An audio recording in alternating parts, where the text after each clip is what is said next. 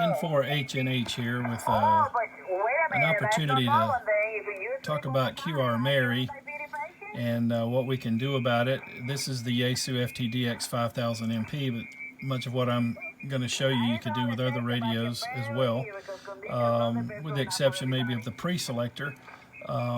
Although, you know, there are a couple of radios out there that do come with the preselectors. 7610 has Digicel, the one from ICOM. You've got the 9000. Yaesu, of course, has the mu tuners built in. You've got the 5000 comes with something called VRF built in, and it's variable RF, and it's also a built-in preselector. Now, you can optionally purchase the mu tuners, like you see there, the one being guarded by Marvin Martian. That is the one for 40, 60, and 80 meters. I've got another one for 20 and 30 meters over here on another table, and then there's one for 160 meters.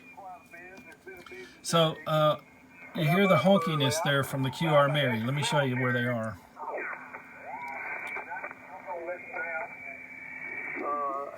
They're 2 kilohertz down. So we got QRM 2 kilohertz away from the rag chew I'm trying to listen to. So here's how I'm going to attack it. Now I've got my digital noise reduction on. That's not involved in this. I just normally run it there.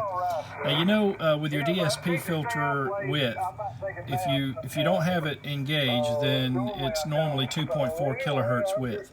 I'm gonna let's wait till it comes back. Okay, you hear the QRM, the honking sound there, that high pitched tone. Anyway, by the time being, get a call T and wait your breath a little bit. If you want to stay with us. Let me wait for it to come back. There we go. Okay, so one thing I can do is narrow the DSP filter. You can go down to 1.5, or you can even go over here and tap the narrow button to the left of the VFO, the same one we use for sideband, so that we can narrow the sideband from between 500 and down to 50 hertz width. Well, it works in sideband. I said sideband, CW. It works in sideband as well. So now that I've enabled that, you can see that the maximum width here is 1.8. The minimum is 200. So that's practically not usable for sideband, but I have been able to use 1.35 and make somebody, you know, intelligible. But 1.5 is where it begins to get, you know, somewhat comfortable again. But anyway, just wanted you to know you could narrow even sideband tighter than 1.5. Now I'm going to turn the narrow mode off and go up here a little bit. So you hear the QRM again. Since it's 2 kilohertz away, it's a given that I need to go to 1.95. There's still a little bit of it in there. Now you could do things like contour.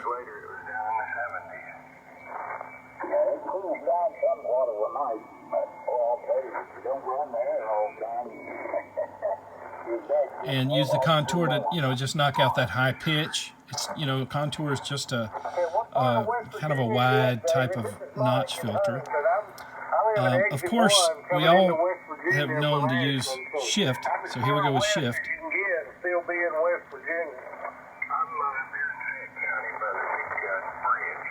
I just want to make sure I still hear the QRM. Ride my motorcycle up there a whole lot. We go up yeah, there it is. Quite a bit. So shift, and I generally find that somewhere in the, you know, 140 to negative 140 to negative 200 range is effective.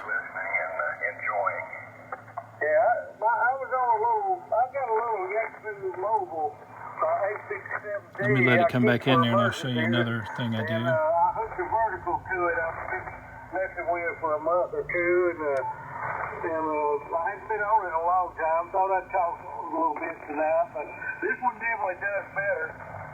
Oh yeah. It's still in there.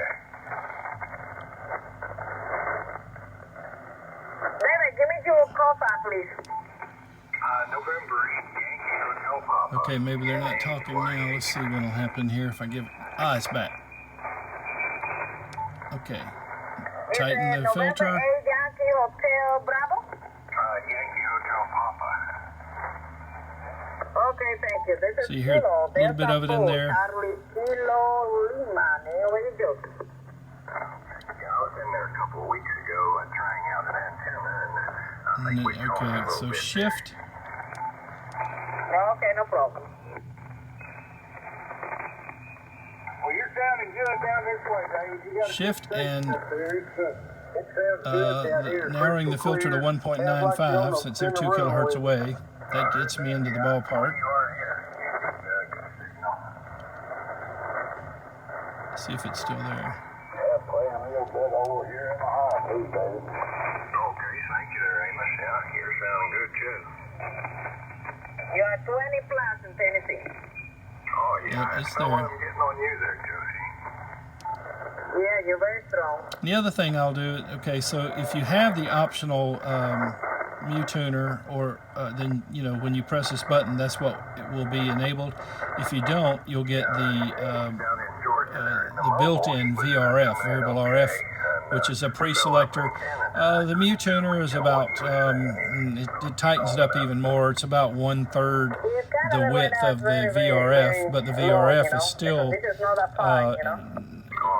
you know, more narrow than most any other rig would have, and certainly more narrow than the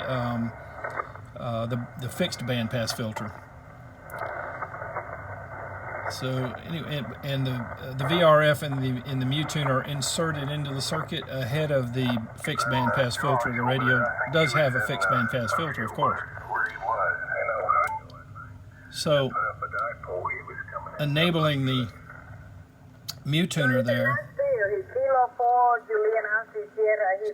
kind of cleaned it all up, didn't it? Setting of 160. I'm going to press the reset button. That centers the tuner. I still hear just a little bit of that overtone.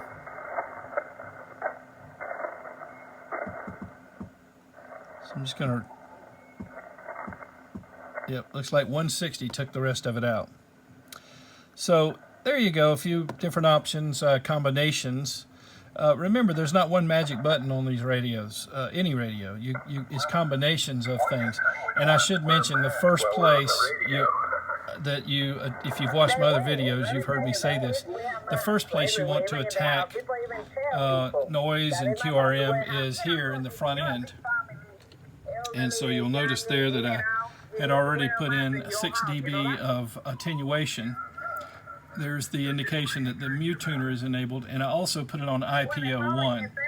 Just knock down the noise or interference, QRM in the front end first, so the DSP processor has less work to do.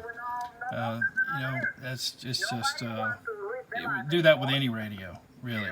Even the same is true with digital noise reduction. That you want to do this, because if you don't, especially on other radios, not so much on the 5000 for whatever reason, you can hit the 5000's digital noise reduction with full noise, no attenuation, no IPO, no RF gain, and it won't sound watery. But a lot of the radios will give that watery effect. Well, the way you get around that is you want to present the DNR with less noise. Same thing. Same method I use here. Kick in some attenuation, IPO, and perhaps even roll the RF gain back a little bit. But anyway, just once you get over to the DSP unit, after you've knocked it down in the front end of the receiver, the DSP can you know, put the icing on the cake and take care of the rest. Okay, I hope you found this video helpful and informative. 73 from N4HNH.